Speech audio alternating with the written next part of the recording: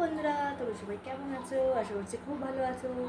প্রিয়া বিশ্ব ব্লগে তোমাদের অনেক অনেক ওয়েলকাম। আজ একটা নতুন রান্নার রেসিপি নিয়ে এসেছি, ডিমের কারি। চট জলদি রান্নাটা হয়ে যায়, খুব তাড়াতাড়ি হয়ে যায় রান্নাটা। রান্না যাওয়ার আগে বলি, আমার ভিডিওগুলো ভালো লাগলে আমার প্লিজ চ্যানেলটাকে সাবস্ক্রাইব করো, লাইক করো, কমেন্ট করো, শেয়ার করো।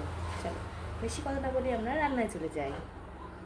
ডিমের কারি তৈরি করার জন্য এখানে আমি 4টে ডিম নিয়ে নিয়েছি, 4টে মুরগির ডিম আমি নিয়ে নিয়েছি।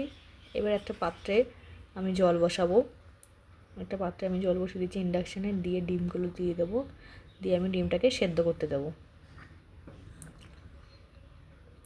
এদিকে ডিম সেদ্ধ হচ্ছে, এদিকে ডিমের কারি করার জন্য যে উপকরণগুলো লাগবে সেগুলো আমি তৈরি করে নিই। এদিকে আমি ডিমের কারি তৈরি করার জন্য আমি এখানে আদা কুচি কেটে নিয়েছি, আদা কুচি কুচি করে কেটে নিয়েছি, রসুন কুচি, পেঁয়াজ কুচি, আর লাগবে হচ্ছে আমার টমেটো কুচি। এদিকে মশলার মধ্যে লাগবে হচ্ছে জিরে গুঁড়ো, ধনে গুঁড়ো, হলুদ গুঁড়ো, লঙ্কার গুঁড়ো, এদিকে হচ্ছে পরিমাণ মতো লবণ, এদিকে কাশ্মীরি লঙ্কার গুঁড়ো, আর লাগবে হচ্ছে চিনি। আর ফোড়নের জন্য লাগবে একটা দারচিনি আর হচ্ছে ছোটো এলাচ। আর লাগবে আমার গরম মশলার গুঁড়ো। এদিকে আমার পুরো রান্নাটাই আমি সর্ষের তেলে করব, তাই আমি এখানে সর্ষের তেল নিয়ে নিয়েছি। ডিমের কারি তৈরি করার জন্য আমার সব উপকরণ রেডি। এবার পেঁয়াজ কুচি, আদা কুচি, রসুন কুচিগুলোকে আমি মিক্সিতে পেস্ট করে নিয়েছি ভালো করে। এদিকে আমাদের ডিম সেদ্ধ হয়ে গেছে, ডিমগুলোকে সেদ্ধ হয়ে ডিমগুলোকে আমি ছাড়িয়ে নিচ্ছি একে একে। ডিমগুলোকে ছাড়িয়ে নিয়ে একটা পাত্রের মধ্যে রেখে দিচ্ছি।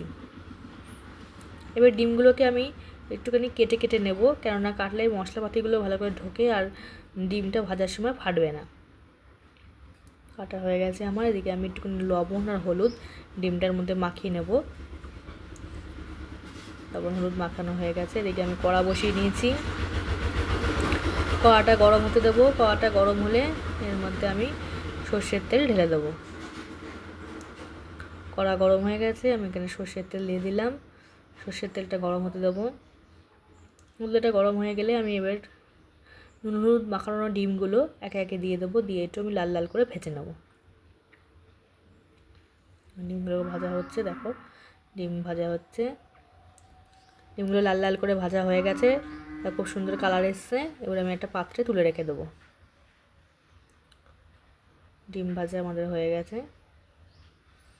এবার কড়ায় যে তেল ছিল সেই তেলের মধ্যেই ফোড়ন দিয়ে দেবো, দারচিনি আর ছোটো এলাচ আর পেঁয়াজগুলো, একটু পেঁয়াজ কুচি রেখে দেবে। পেঁয়াজ কুচিটা একটু ভেজে নিতে হবে, লালচে লালচে করে ভেজে নেওয়া, বেশি যেন পুড়ে না যায়, বেশি পুড়ে গেলে খেতে ভালো লাগবে না। লালচে লালচে ভাজা হয়ে গেছে। এবার যে মশলাগুলো আমি পেস্ট করে রেখেছিলাম সেই মশলাগুলো আমি দিয়ে দিলাম, দিয়ে আমি একটু কষে নেবো। একটুখানি নাড়াচাড়া করে নিয়ে যে টমেটো কুচিগুলো কেটে দিলাম সেই টমেটো কুচি দিয়ে দেবো, দিয়ে আবার আমি নেড়ে চেড়ে নেব। এবার এর মধ্যে 1 চামচ জিরে গুঁড়ো, 1 চামচ ধনে গুঁড়ো, 1/2 চামচ হলুদ গুঁড়ো দিয়ে একটুখানি নেড়ে নেব।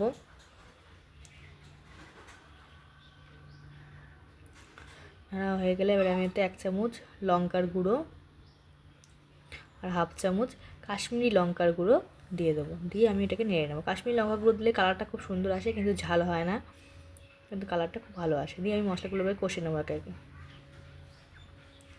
মশলাটা ভালো করে কষে নেব। মশলা একটু কষা হয়ে গেলে এখানে পরিমাণ মতো লবণ দিয়ে দেবো।